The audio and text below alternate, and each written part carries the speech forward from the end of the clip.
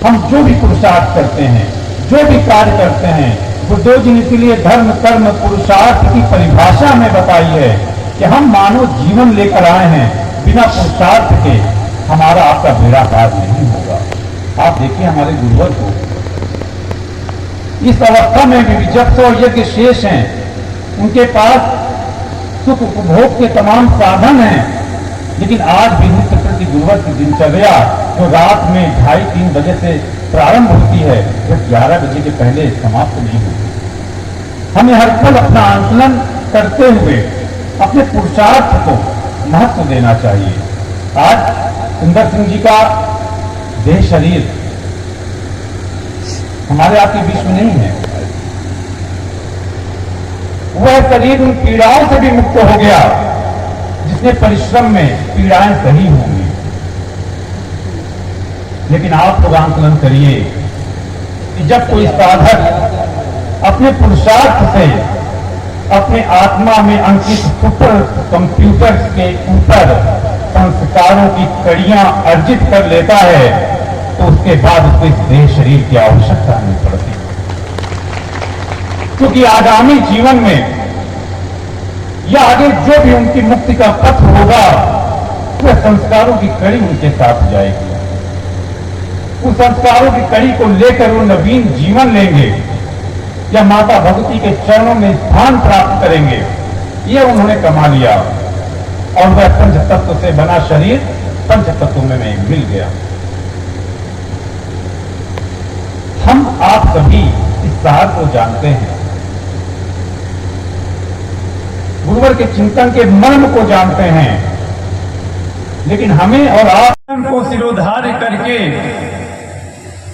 अपने शरीर के रोम रोम को साधना या सेवा में खपाया। लेकिन एक बात तो निश्चित है कि जिस पुण्यात्मा की पुण्यतिथि 13वीं संस्कार के इस क्रम में हम आप सभी उनको श्रद्धांजलि देने के लिए उपस्थित हुए हैं, उन्होंने यह भली भांति जान लिया था कि काया महाठगिनी मैं जानी। अब आप देखिए उम्र की इस अवस्था में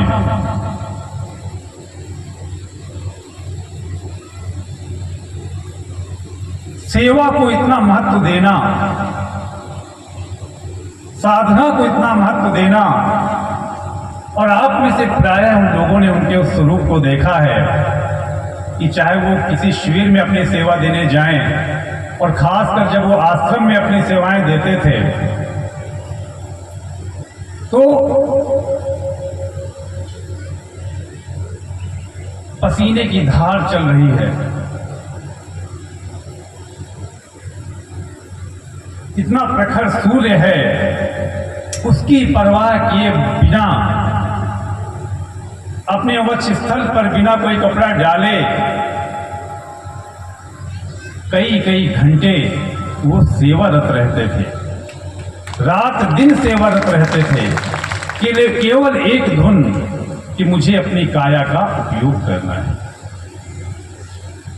आज समाज में अधिकांश लोग हैं कि हमारी आपकी प्रवृत्ति, समाज के लोगों की प्रवृत्ति सुविधा भोगी हो गई है।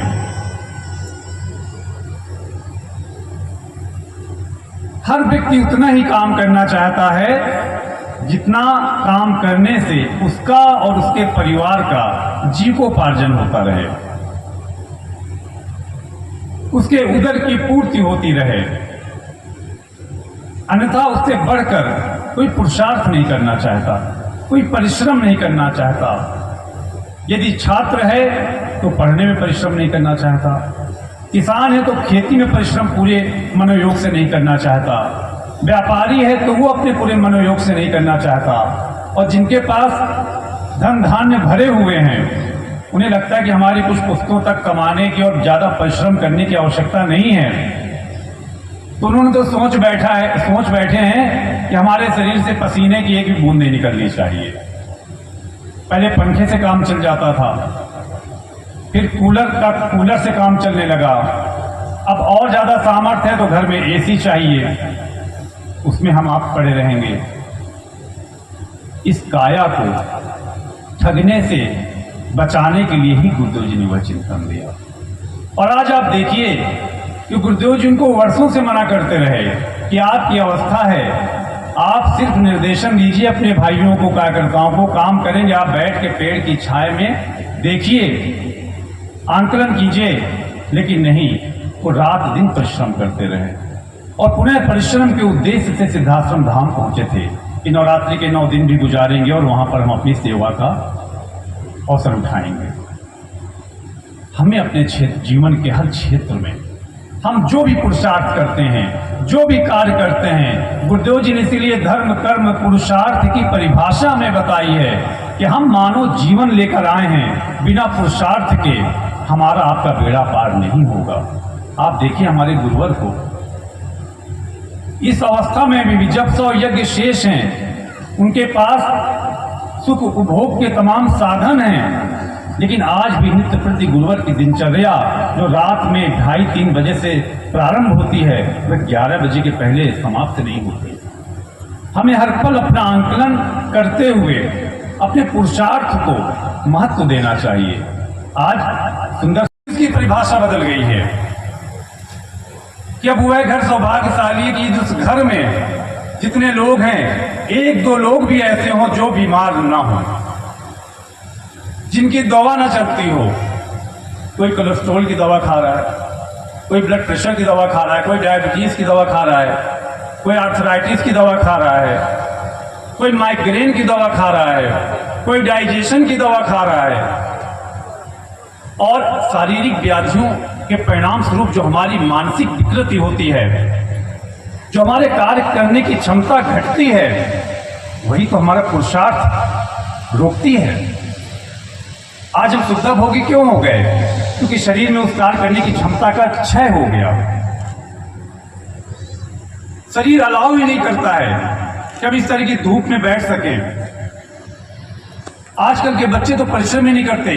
कितना सुनने में आता है कि आज हमारे देश में हर 10 मरीज में से 9 मरीज विटामिन डी की कमी का मारा हुआ है। जब सूर्य की रोशनी शरीर में नहीं जाएगी तो विटामिन डी कहां से मिलेगा? शुद्ध खान पियन नहीं होगा, दिनचर्या अच्छी नहीं होगी, 4-5 किलोमीटर का टहलना नहीं होगा, तो शरीर स्वस्थ कैसे होगा? यह कोई हेल्थ क्लब का भाषण नहीं है, यह वार्षिक सम्मेलन नहीं है कि जहां आपको स्वास्थ्य से जुड़े नुस्खे बताए जाएं, ये कैसे स्वस्थ रहें ये बताया जाए।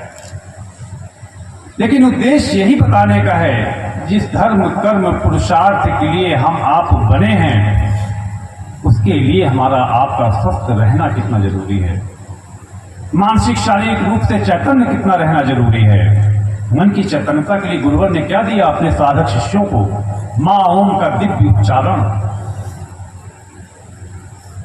वह प्राणायाम जो व्यक्ति अपने जीवन में 15 मिनट आधे घंटे प्राणायाम और मां ओम के उच्चारण के लिए दे दे, हम दावे के साथ कह सकते हैं कि 100 में 99 लोग मानसिक समस्याओं से निश्चित रूप से मुक्त हो जाएंगे, उनका कल्याण निश्चित रूप से होगा। हम समाज में परिवर्तन कैसे लाएंगे? हम भी चाहते हैं, आप भी चाहते हैं कि हम लंबा जीवन जिएं, अपने बच्चों को सही दिशा देने में सफल हों, उनके साथ एक लंबी यात्रा तय करके गुरुदेव जी की जो शिविरों की और यज्ञों की यात्रा है, वो भी हम आनंद के साथ आगे बढ़ें, उसमें भी आगे बढ़ें। लेकिन कैसे आगे बढ़ेंगे? पुरुषार्थ के बल पर। भाइयों और बहनों, हमें पुरुषार्थी होना है, हमें अपने ज्ञान चक्षुओं को खोलना है। गुरुदेव जी ने संकल्प कराया है, यदि अपने तन मन धन का अपने दैनिक कार्यों में उपयोग के बाद यदि आप तीनों धाराओं में उपयोग नहीं कर रहे हैं, अपने आप को नहीं खपा रहे हैं, तो आप योगी राज श्री शक्ति पुत्र जी महाराज के सच्चे साधक शिष्य नहीं हैं। इसलिए नित्य प्रति अपना आंकलन करते रहिए, और शायद हमारे आपके बीच से गई हुई वो विभूतियां जिनका उल्लेख बाबूलाल भाई कर रहे थे, उन्होंने इस मर्म को समझा था। इस वजह से उन्होंने अपने जीवन के अंतिम के कई सारे वर्ष, कई दशक सिर्फ गुरु सेवा में लगा दिए, गुरुवर की विचारधारा में लगा दी। हमें आपको भी उस विचारधारा का पालन करते हुए आगे बढ़ना है, संस्कारों की यात्रा में आगे बढ़ना है, जन कल्याण के मार्ग पर आगे बढ़ना है। और आज देखिए, प्रश्न बहुत हो सकते हैं। नवरात्रि में संयोग के बारे में बहुत अच्छा व्याख्यान दे रहे थे, सुंदर दादा चले गए। विचलित मत होइए, अभी से मत सोचने लगेगा कि अगली शादी नवरात्रि में किसका नंबर है। जिसको जाना है वो जाएगा, लेकिन उन्होंने यात्रा कितनी तय की है, कैसी तय की है, यह महत्वपूर्ण है। आज बहुत बड़े भाषण या चिंतन का समय नहीं है, लेकिन एक बिंदु पर आप लोगों से जरूर संकल्प चाहेंगे, निर्णय चाहेंगे, जो गुरुवर की भी वेदना है कि भाइयों और बहनों, जो हमारे देश को, हमारे गांव को, हमारे समाज को जाति पात की खाई समाप्त करती जा रही है, हमारी सामाजिक संरचना को तोड़ती जा रही है, हमारे आपके बीच में वैमनस्यता की भावना पैदा करती जा रही है, हमारे हिंदू राष्ट्र की संभावनाओं को तोड़ती जा रही है। उस जाति पात की खाई से अपने आप को अवश्य दूर करिए। और यदि आप साधक शिष्य हैं, आप उसको नहीं दूर कर पाए, आप उन बेड़ियों को नहीं काट पाए, तो विश्वास मानिए कोई नहीं काट पाएगा।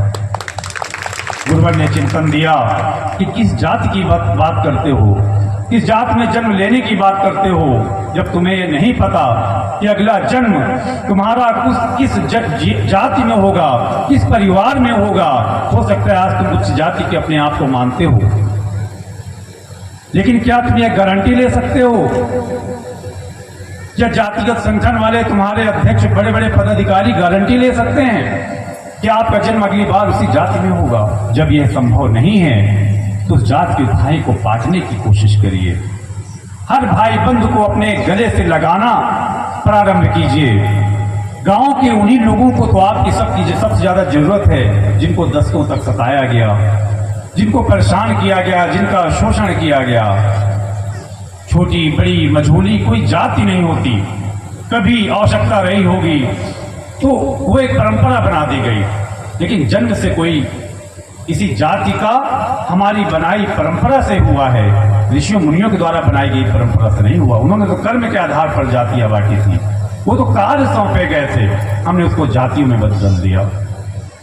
तो अपने जीवन में एक संकल्प लेकर जरूर चलिए कि हमारे मन में जाति रूपी जहर और विष कभी भी प्रवेश ना करे, और यदि है भी तो उसको निकाल फेंकना है। जाति से ग्रसित होकर कभी हम किसी के प्रति कोई धारणा न बनाएं, उसके प्रति हमारा व्यवहार जाति को देख कर ना हो।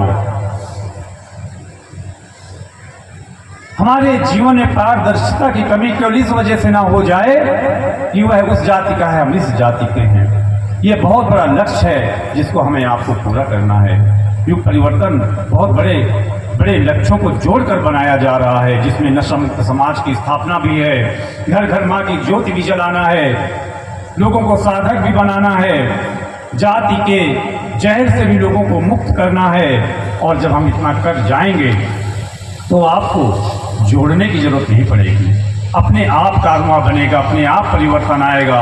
और जिस हिंदू राष्ट्र की हम जय बोलते हैं, वो आपके जय बोलते बोलते आपके सामने वह संभावना और वह कामना, वो परिकल्पना साकार होने लगेगी। उन्होंने क्या कमाया?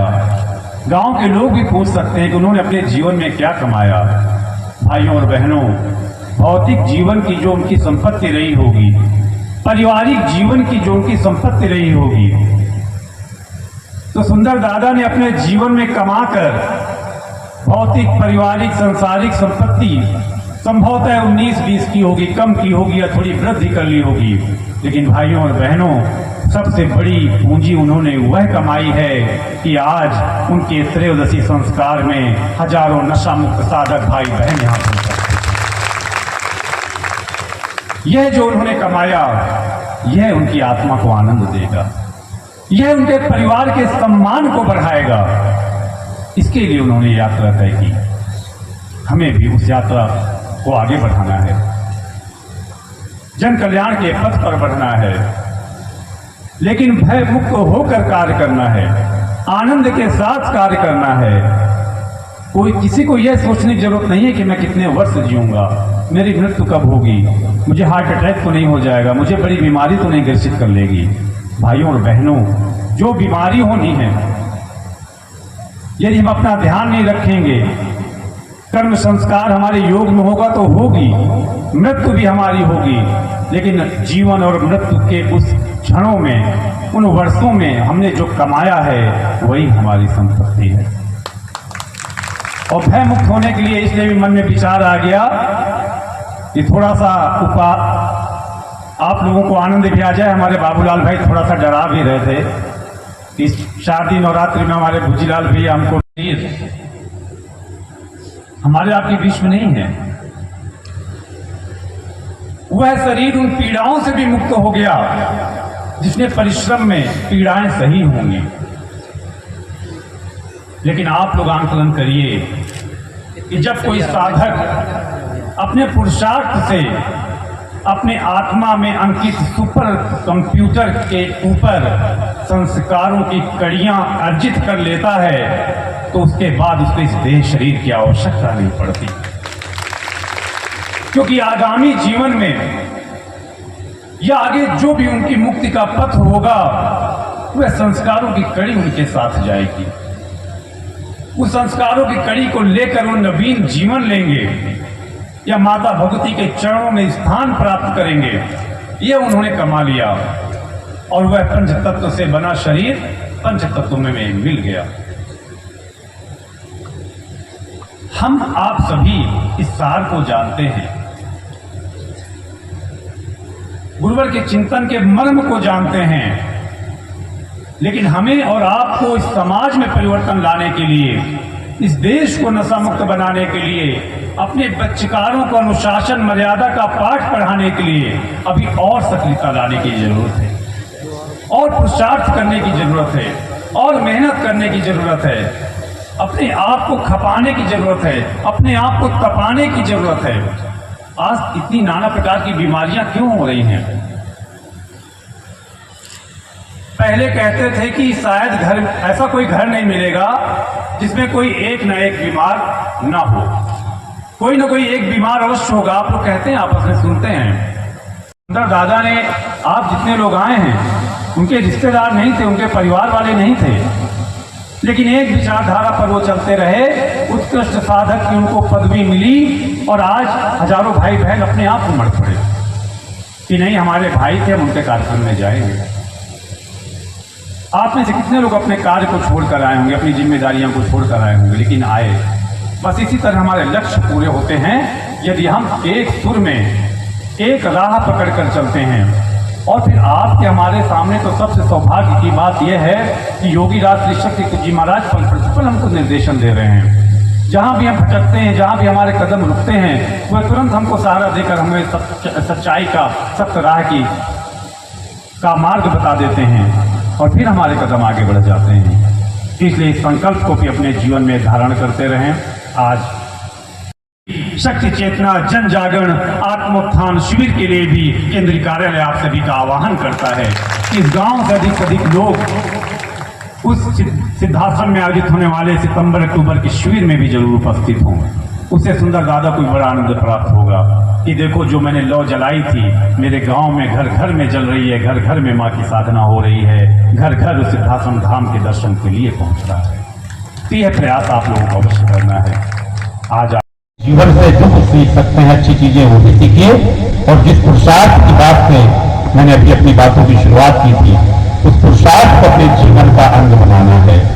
देखिए, मैंने पुनः कहा और लास्ट में लाइन फिर कह रहा हूं कि देह अब नहीं है, उसके साथ वो कष्ट भी चले गए, वो तनाव भी चले गए, वो बीमारी भी चली गई, वो सब कुछ चला गया जो एक शरीर के साथ जुड़ा होता है। लेकिन संस्कारों की पूंजी, आत्मा की पूंजी कभी नष्ट होने वाली नहीं है। जैसे गुरुवर ने कहा, हमारी इष्ट माता आदि शक्ति जगत जननी जगदम्बा अजन्मा है, अविनाशी है, वैसे ही उन्हीं का तो आत्मा अंश है जो जन्मा है, अविनाशी है। उसके लिए हमें आपको कार्य करना है। इन्हीं कामनाओं के साथ, इन्हीं भावनाओं के साथ उपस्थित समस्त भाइयों बहनों को जय माता दी, जय गुरु।